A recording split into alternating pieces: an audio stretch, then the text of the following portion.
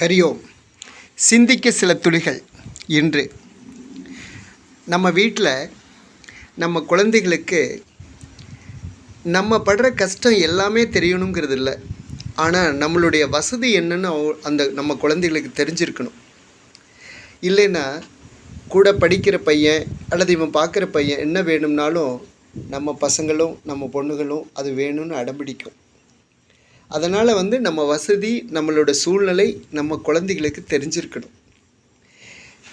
இது தெரியலன்னு வச்சுங்க, அது பிரச்சனையாக முடியும். அளவுக்கு அதிகமாக செல்லம் கொடுக்கறதும் கஷ்டம், அளவுக்கு அதிகமாக கண்டிக்கிறதும் கஷ்டம்.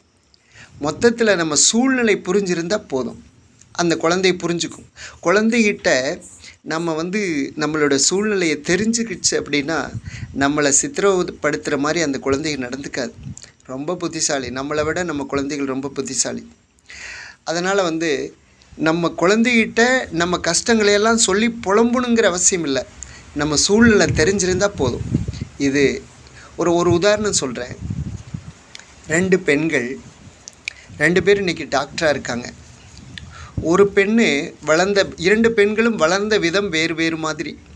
ஒரு பெண்ணு காலையில் எந்திரிச்சு அந்த பெண்ணு தோட்டம் போய் தான் வளர்த்துற அந்த வெள்ளாட்டுக்கு தீனி போட்டுட்டு, தலைகள் எங்காவது இருந்ததுன்னா அந்த இலைகளை எல்லாம் பொறிச்சு கொண்டு வந்து அந்த வெள்ளாட்டுக்கு போட்டுட்டு தண்ணி வச்சுட்டு அப்புறம்தான் அந்த பொண்ணு ஸ்கூலுக்கு போகும்.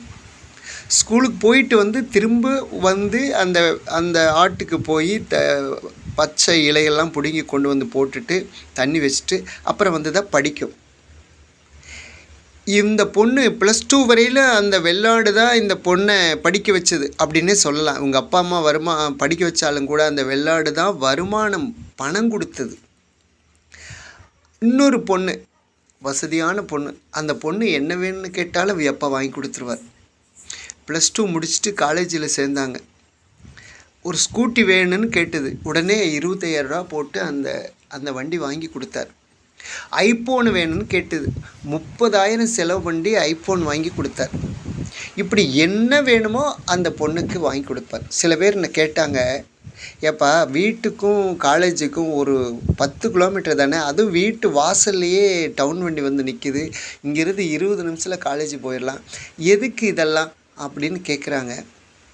அப்படி இல்லைப்பா, என் பொண்ணு என்ன கேட்டாலும் நான் வாங்கி கொடுத்துருவேன். அது என்னுடைய பழக்கம். என் பொண்ணு ஆசைப்பட்டது நான் எதுவுமே கிடைக்கல அப்படின்னு போகக்கூடாது. அவள் ஆசைப்பட்டதை வாங்கி கொடுக்கணும், அவள் சந்தோஷப்படணும், அதுதான் என்னுடைய சந்தோஷம் அப்படின்னாரு. அப்படித்தான் அந்த பொண்ணை வளர்த்தார். 2 பொண்ணு அவருக்கு அப்படித்தான் வளர்த்தார். அப்படி வளர்த்த பொண்ணு காலேஜ் போச்சு. ஒரு வருஷம் கழித்து சொல்லாமல் ஒரு பையனை கல்யாணம் பண்ணிட்டு போயிட்டான். வீட்டில் சொன்னால் அப்பா அம்மா வேண்டாம்பாங்கன்னு அந்த பொண்ணே அனுமானமாக முடிவு பண்ணிருச்சு. அதனால் அந்த பையன் கூட ஓடி போயிட்டான். இவங்க அப்பா என்ன வேணாலும் வாங்கி கொடுத்தாரு, கேட்டதெல்லாம். ஒரு நல்ல கணவன் வேணும், நல்ல ஒரு பையன் வேணும்னு சொன்னால் அப்பா மாண்டேன்னு சொல்ல போகிறாரா என்ன? அந்த பொண்ணு ஏன் இப்படி யோசிக்கலை நினச்சி பாருங்கள். 18 வருஷம் வளர்த்திய தாய் தந்தையை விட்டுட்டு 10 மாதம் பழகணுன்னோட ஓடுனா இது நியாயமா?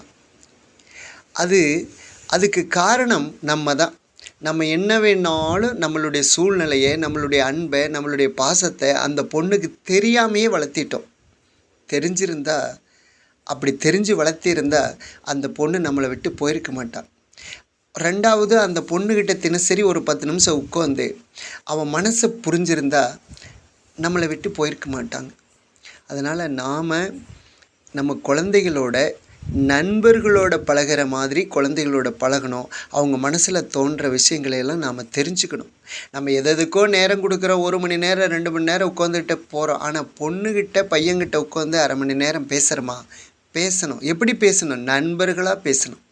அப்படி பேசி பழகணும்னா நண்பர்களிடம் பகிர்ந்து கொள்ளாமல் இருக்க மாட்டார்கள். இப்படிப்பட்ட விபரீதமான சில சம்பவங்கள் நடக்காது நம்ம குடும்பத்தில். நன்றி, வணக்கம்.